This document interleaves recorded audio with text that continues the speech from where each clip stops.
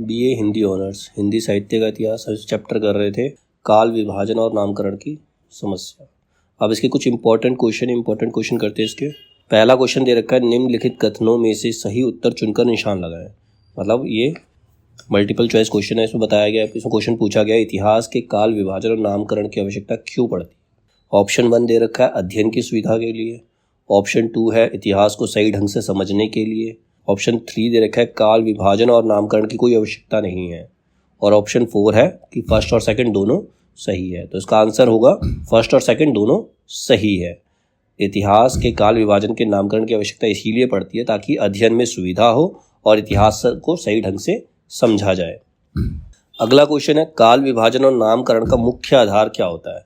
मतलब किस बेसिस के ऊपर काल विभाजन और नामकरण किए जाते हैं, कौन से बेसिस पे, किस आधार पर उनका ये काम होता है। काल विभाजन और नामकरण किस आधार पर किया जाता है। तो आंसर है, हिंदी साहित्य का इतिहास 1000 अथवा उससे अधिक वर्षों की साहित्यिक धारा का इतिहास है। मतलब 1000 से ज़्यादा वर्षों की साहित्य धारा हमारे इतिहास के अंदर है, हिंदी इतिहास के अंदर। इस काल विभाजन में आए इतिहास का भिन्न भिन्न विद्वानों ने भिन्न भिन्न रूपों में वर्गीकरण भी किया है और उनका भिन्न भिन्न नामकरण किया है। अभी किन किन ने किया है, इसमें रामचंद्र शुक्ल, डॉक्टर श्याम सुंदर दास, डॉक्टर हजारी प्रसाद द्विवेदी, डॉक्टर राम कुमार वर्मा, राहुल सांस्कृत्यानंद, मिश्र बंधु आदि विद्वान सम्मिलित है। आचार्य शुक्ल हिंदी साहित्य के प्रमाणिक इतिहासकार है। सबसे ज़्यादा किस पे भरोसा किया जाता है, आचार्य रामचंद्र शुक्ल के ऊपर ही सबसे इतिहास के मामले में सबसे ज़्यादा भरोसा किया जाता है, विश्वास किया जाता है। इनके परिवर्ती अधिकांश इतिहासकारों ने इन्हीं के काल विभाजन के मानदंड को स्वीकार भी किया है। इनके बाद में आने वाले कितने ही विद्वान हुए जिन्होंने खाली इन्हीं के काल विभाजन को स्वीकार किया। इनके अनुसार हिंदी साहित्य का इतिहास 4 भागों में विभक्त किया जा सकता है। रामचंद्र शुक्ल के अनुसार हिंदी के इतिहास को, साहित्य इतिहास को 4 पार्ट में डिवाइड किया जाता है। तो पहला है वीर गाथा काल, जो आदि काल है। ठीक है, इसका समय है संवत 1015 से 1375। ये संवत के हिसाब से, अगर सन के हिसाब से देखें, ईयर के हिसाब से देखें, तो सन 993 से 1318 ईस्वी तक। तो हमें ईयर के हिसाब से देखना चाहिए। आदि काल जो था, वीर गाथा काल जो था, वो 993 से लेकर 1318 ईस्वी तक माना जाता है। इसके बाद दूसरा था भक्ति काल, इसको हम पूर्व मध्य काल कहते हैं। बीच में 2 थे, मध्य काल को 2 पार्ट में डिवाइड किया था, पूर्व मध्य काल और उत्तर मध्य काल। पूर्व मध्य काल को उन्होंने भक्ति काल का नाम दिया था और उत्तर मध्य काल को उन्होंने रीति काल का नाम दिया था। हमने चैप्टर की समरी में भी पढ़ा है। ठीक है, तो पूर्व मध्य काल पूर्व मध्य काल जो था भक्ति काल के नाम से इन्होंने उसको डाला और इसका समय था संवत 1375 से 1700 तक। अगर सन से देखें तो सन 1318 से 1643 तक। मतलब भक्ति काल जो है 1318 से 1643 तक भक्ति काल माना जाता है। फिर इसके बाद है उत्तर मध्य काल, जो रीति काल के नाम से जाना जाता है। इसका समय जो है संवत के हिसाब से देखेंगे तो संवत 1700 से 1100 तक। और अगर हम सन के हिसाब से देखें तो यह सन 1643 से 1843 तक रीति काल माना जाता है। ठीक है, 1643 से 1843, मतलब पूरे 200 साल, 200 ईयर्स को रीति काल के नाम से जाना जाता है। फिर आते हैं आधुनिक काल पर। आधुनिक काल को इन्होंने गद्य काल का नाम दिया है। आधुनिक काल को गद्य काल का, इसका समय संवत 1900 से अब तक चल रहा है। और इस मतलब सन 1843 से लेकर अब तक जो चल रहा है वो पूरा ही क्या है, आधुनिक काल है। अब हिंदी साहित्य काल विभाजन एवं नामकरण का आधार, ये तो था नामकरण किया, किस बेसिस पे किया, उसका आधार किया था। भक्ति काल नाम दिया गया तो क्यों दिया गया, वीर गाथा काल नाम दिया गया तो क्यों दिया, बेसिस देखने हैं, उनका बेस क्या है।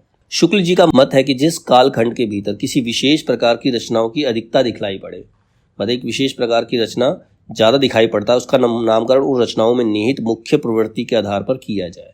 मतलब वो किस बेसिस पे चल रहा है, उसमें ट्रेंड क्या चल रहा है। अगर हम नॉर्मली बोलते तो जो ट्रेंड चल रहा है उसके हिसाब से उसका नामकरण किया जाए। ठीक है, प्रत्येक काल का एक प्रधान लक्षण निर्धारित किया जा सकता है।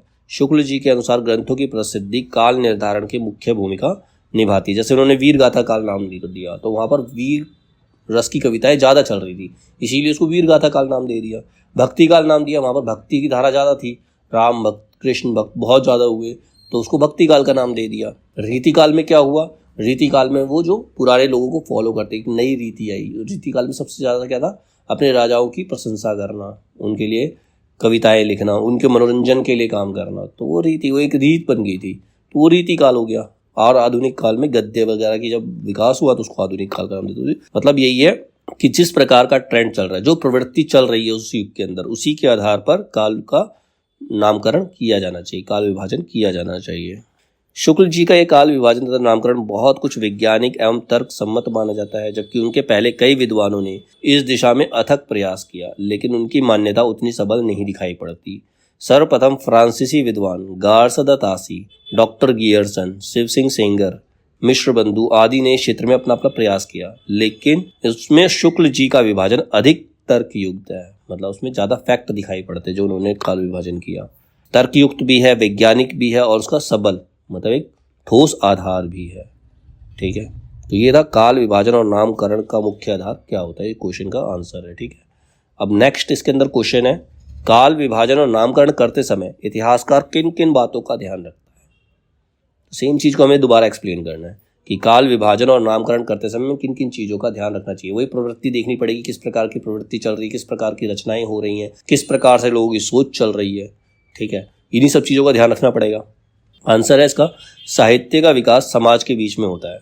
साहित्य क्या होता है, समाज से निकलता है, जो समाज काम करता है, कार्य करता है, उसी से साहित्य बनता है, समाज से ही साहित्य है। तो साहित्य का विकास समाज के बीच होता है। समाज में बड़ा परिवर्तन आने पर साहित्य पर भी उसका प्रभाव पड़ता है।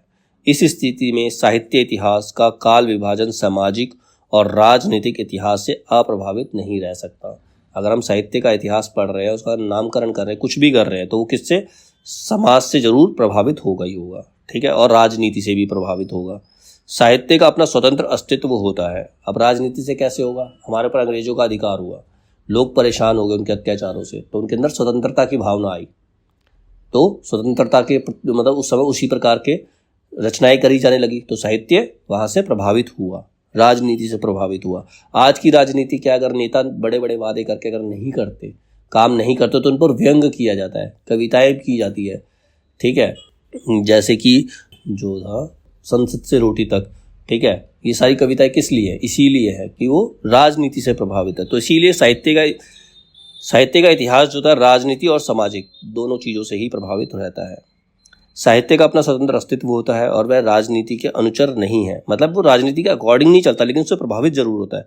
अतः राजनीतिक और सामाजिक इतिहास का सहारा साहित्य की मूल चेतना को प्रभावित करने तक लिया जाना चाहिए। वस्तुतः साहित्य के इतिहास का युग विभाजन और नामकरण का आधार साहित्यिक प्रवृत्ति और चेतना ही होना चाहिए। अगर हम आधार बना रहे हैं, नामकरण कर रहे हैं, साहित्य का नामकरण या फिर आधार बनाते हैं, तो उसमें जो एक ही फैक्ट लेना चाहिए, साहित्यिक प्रवृत्ति क्या है, उस समय किस प्रकार की रचनाएं हो रही हैं और लोगों की चेतना किस प्रकार की है, खाली यही बेस माना जाना चाहिए। काल विभाजन और नामकरण के लिए कभी ऐतिहासिक कालक्रम का आधार लिया जाता है, तो कभी शासक और शासन काल को आधार बनाया जाता है, कभी साहित्यकार, राष्ट्रीय, सामाजिक, सांस्कृतिक या साहित्यिक प्रवृत्ति को। तो ये सब काल विभाजन के आधार है, साहित्यकार, राष्ट्रीय, सामाजिक, सांस्कृतिक और साहित्यिक प्रवृत्ति।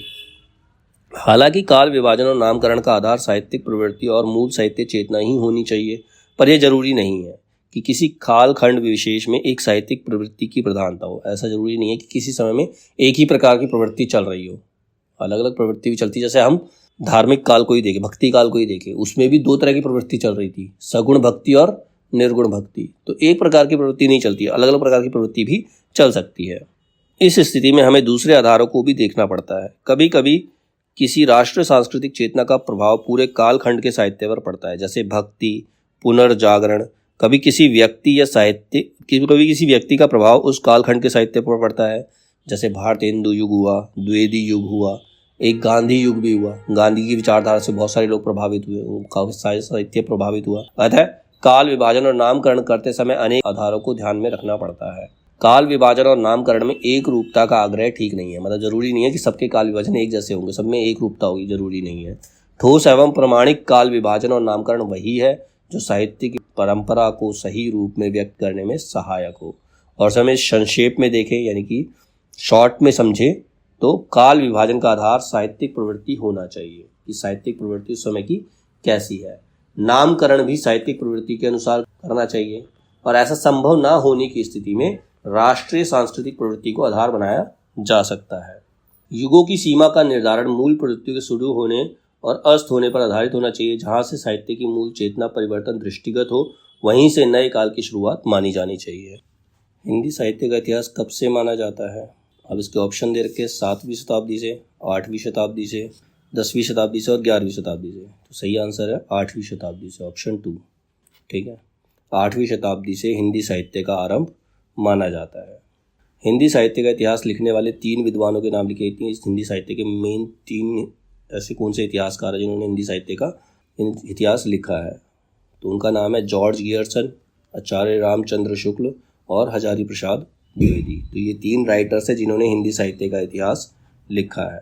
हिंदी साहित्य इतिहास के काल विभाजन का प्रयास सर्वप्रथम किसने किया था? अगला क्वेश्चन है, हिंदी साहित्य इतिहास के काल विभाजन का प्रयास सबसे पहले किसने किया था? तो उत्तर है जॉर्ज गियर्सन। जॉर्ज गियर्सन ने सर्वप्रथम हिंदी साहित्य के इतिहास के काल विभाजन का प्रयास किया था। उन्होंने 1888 ईस्वी में प्रकाशित ग्रंथ the modern vernacular literature of Hindustan में हिंदी साहित्य काल विभाजन निम्नलिखित रूप से किया था। तो क्या किया था इन्होंने? सबसे पहले दिया था चारण काल, 700 से 1300 ईस्वी, 700 से 1300 ईस्वी तक चारण काल नाम दिया इन्होंने। 15वीं सदी का धार्मिक पुनर्जागरण, फिर जायसी की प्रेम कविता, कृष्ण संप्रदाय, मुगल दरबार, तुलसीदास, प्रेम काव्य, तुलसीदास के अन्य प्रवृत्ति और 18वीं शताब्दी, कंपनी के शासन में हिंदुस्तान और लास्ट है विक्टोरिया के शासन में हिंदुस्तान। तो ये जॉर्ज गियर्सन के अनुसार हिंदी साहित्य का काल विभाजन। तो सबसे पहले क्या था? चारण काल, 700 से 1300 ईस्वी, फिर 15वीं सदी का धार्मिक पुनर्जागरण, फिर जायसी की प्रेम कविता, उसके बाद कृष्ण संप्रदाय, फिर मुगल संप्रदाय, मुगल दरबार के बाद तुलसीदास, प्रेम काव्य, तुलसीदास अन्य प्रवृत्ति, 18वीं शताब्दी और उसके बाद कंपनी के शासन में हिंदुस्तान और विक्टोरिया के शासन में हिंदुस्तान। जॉर्ज गियर्सन के इस काल विभाजन में व्यवस्था की कमी है, मतलब ठीक ढंग की व्यवस्था नहीं थी क्योंकि इसमें किसी साहित्यिक प्रवृत्ति को आधार नहीं बनाया गया, तथा मुगल दरबार, 18वीं शताब्दी, कंपनी के शासन में हिंदुस्तान आदि आधारों पर किया गया विभाजन साहित्यिक परिवर्तन का संकेत नहीं देता, जो इसे अस्पष्ट बनाता है। हिंदी साहित्य के काल विभाजन के प्रथम प्रयास के रूप में इसका अपना महत्व है, किंतु इस काल विभाजन को स्वीकार नहीं किया जा सकता। नेक्स्ट क्वेश्चन है, आदिकाल का नामकरण विभिन्न विद्वानों ने अलग अलग किया है, सही नाम और विद्वान का मिलान कीजिए। उसमें ऑप्शन दे रखे हैं, पहले विद्वान दे रखे, दूसरे नामकरण, जॉर्ज गियर्सन, विश्वनाथ प्रसाद मिश्र, हजारी प्रसाद द्विवेदी, आचार्य रामचंद्र शुक्ल और राहुल शास्त्राचार्य। तो इनके अनुसार इन्होंने किस किस तरह से इसका नामकरण किया था? तो जॉर्ज गियर्सन ने चारण काल का नाम दिया था। आदिकाल को जॉर्ज गियर्सन ने चारण काल कहा है। विश्वनाथ प्रसाद मिश्र ने उसे वीर काल कहा, हजारी प्रसाद द्विवेदी ने उसे आदिकाल कहा, आचार्य रामचंद्र शुक्ल ने उसे वीर गाथा काल कहा और राहुल सांस्कृत्यानंद ने उसे सिद्ध सामंत काल कहा। ठीक है, अगला क्वेश्चन है, रीति काल के नामकरण से संबंधित विवाद पर चर्चा कीजिए। तो रीति काल नामकरण से संबंधित विवाद क्या है? रीति काल में कई लोगों के बीच में विवाद है। हिंदी साहित्य के इतिहास में संवत 1700 से 1900 तक का युग रीतिकाल कहलाता है। साहित्य के इतिहास में नामकरण या तो किसी मुख्य प्रवृत्ति के आधार पर किया जा सकता है अथवा किसी साहित्यकार के नाम पर उस काल का नाम रख दिया जाता है। यदि कोई नाम उस काल में रचित साहित्य के किसी विशेष भाग को अछूता छोड़ता है तो वह नामकरण सार्थक नहीं कहा जा सकता, अथवा किसी साहित्यकार के नाम पर उस काल का नाम रख दिया जाता है। ठीक है, रीतिकाल के नामकरण के विषय में विभिन्न विद्वानों ने भिन्न भिन्न मत प्रस्तुत किए हैं। अब अलग अलग विद्वानों के अनुसार रीतिकाल के नामकरण अलग अलग है। रीतिकाल एक ऐसा युग था जिसमें श्रृंगार की प्रधानता के साथ साथ वीर रस की रचनाएं भी लिखी गई। आचार्य रामचंद्र शुक्ल ने इस काल का समय संवत 1700 से 1900 तक माना और इसे रीतिकाल का नाम दिया। सामान्य व्यवहार में रीति का अर्थ है तरीका, वे ऑफ राइटिंग, प्रणाली एवं परिपाटी माना जा सकता है। वामन राइटर है, वामन ने रीति का प्रयोग रचना के उस विशिष्ट ढंग के लिए किया जिसे अपनाने से काव्य सौष्ठव अधिक निखर उठे, मतलब काव्य के अधिक निखार आए उसके अंदर। और डॉक्टर हजारी प्रसाद द्विवेदी ने शुक्ल जी के नामकरण पर विचार करते हुए लिखा है, यहाँ आकर कविता को प्रेरणा देने वाली शक्ति, अलंकार, रस और नायिका भेद हो जाते हैं। मतलब कविता को प्रेरणा किससे मिल रही है? अलंकारों से, रस नायिका भेद से। यहाँ साहित्य को गति देने में अलंकार शास्त्र का ही जोर है, जिसे उस काल में रीति, कवित रीति या सुकवि रीति कहने लगे थे। संभवतः इन्हीं शब्दों से प्रेरणा पाकर शुक्ल जी ने श्रेणी की रचनाओं को रीति काव्य कहा था। आचार्य शुक्ल का कथन है कि जिस कालखंड के भीतर किसी विशेष प्रकार की रचनाओं की प्रचुरता दिखाई पड़े वह एक अलग काल माना जाना चाहिए। उस काल का नामकरण उन्हीं रचनाओं के स्वरूप के आधार पर किया जाना चाहिए। इस प्रकार प्रत्येक काल का एक निर्दिष्ट लक्षण बताया जा सकता है। इसके साथ ही दूसरी बात यह है कि ग्रंथों की प्रसिद्धि, कौन से ग्रंथ प्रसिद्ध हुए, जिस काल के भीतर जिस तरह के ग्रंथ अधिक पाए जाते हैं उस काल की उसी प्रकार की रचना पद्धति मानी जाएगी। किंतु यदि अप्रसिद्ध रचनाएं भी किसी कोने में मिल जाएं तो उन रचनाओं को अधिक महत्व नहीं देना चाहिए। इन्हीं सिद्धांतों के आधार पर शुक्ल जी ने इस काल को रीति काल की संज्ञा दी। आचार्य शुक्ल ने केवल उन्हीं कवियों को रीतिकालीन नहीं माना जो रीति रचयिता थे, उन्होंने उनको भी रीतिकालीन कवि माना जो रीति के बंधन में थे। आचार्य हजारी प्रसाद द्विवेदी, डॉक्टर नगेंद्र, डॉक्टर भागीरथ मिश्र, डॉक्टर लक्ष्मी सागर वार्ष्णेय आदि विद्वान इस युग को रीतिकाल कहना ही उचित समझते हैं। मिश्र बंधुओं ने इस काल का नाम अलंकृत काल रखा। उनके अनुसार इस काल में कवि कविता कामिनी को छंदों तथा अलंकारों से ढक देना चाहते थे। इसी कारण इस काल की कविताओं में अलंकारों की प्रधानता आ गई है। उन्होंने तो इतना भी कहा कि इस काल के कवियों ने अलंकारों का प्रयोग भावानुभूति को ऊंचा उठाने के लिए नहीं किया, अपितु उन्होंने अलंकारों को साध्य माना है।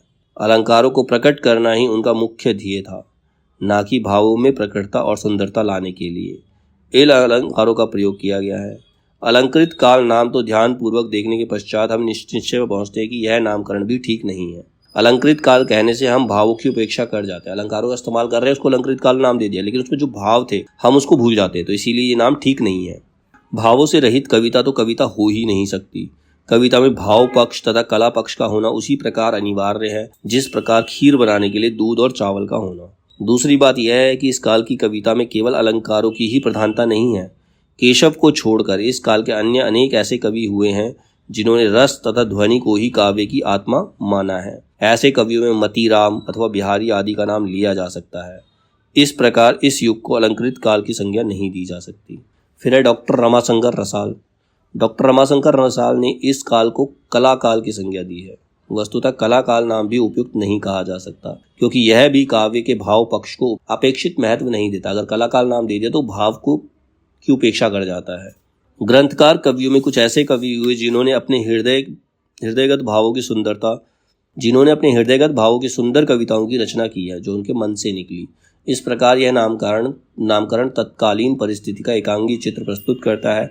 इसी कारण यह नामकरण भी ठीक नहीं है। फिर आचार्य विश्वनाथ प्रसाद ने इस काल का नाम श्रृंगार काल सिद्ध किया है। इनके मतानुसार इस युग में सभी रचनाएं श्रृंगार परक हुई, किंतु इस प्रकार की धारणा ठीक नहीं है। मिश्र जी ने इस संबंध में आचार्य रामचंद्र शुक्ल के इस वाक्य को दोहराया है। वास्तव में श्रृंगार और वीर इन्हीं दो रसों की कविता इस काल में हुई। प्रधानता श्रृंगार की ही रही, इसीलिए इस काल को रस के विचार से कोई श्रृंगार काल कहे तो कह सकता है। किंतु मिश्र जी का श्रृंगार काल नामकरण भी ठीक नहीं जचता। इस काल के कवियों ने केवल रति को स्थायी भाव मानकर उसी के संचारी विभाव और अनुभावों का प्रयोग किया है, मतलब स्त्री की सुंदरता को प्रयोग करके श्रृंगार रस की रचना नहीं की, अपितु उन्होंने काव्य के अन्य अंगों अर्थात अलंकार इत्यादि पर भी ध्यान दिया।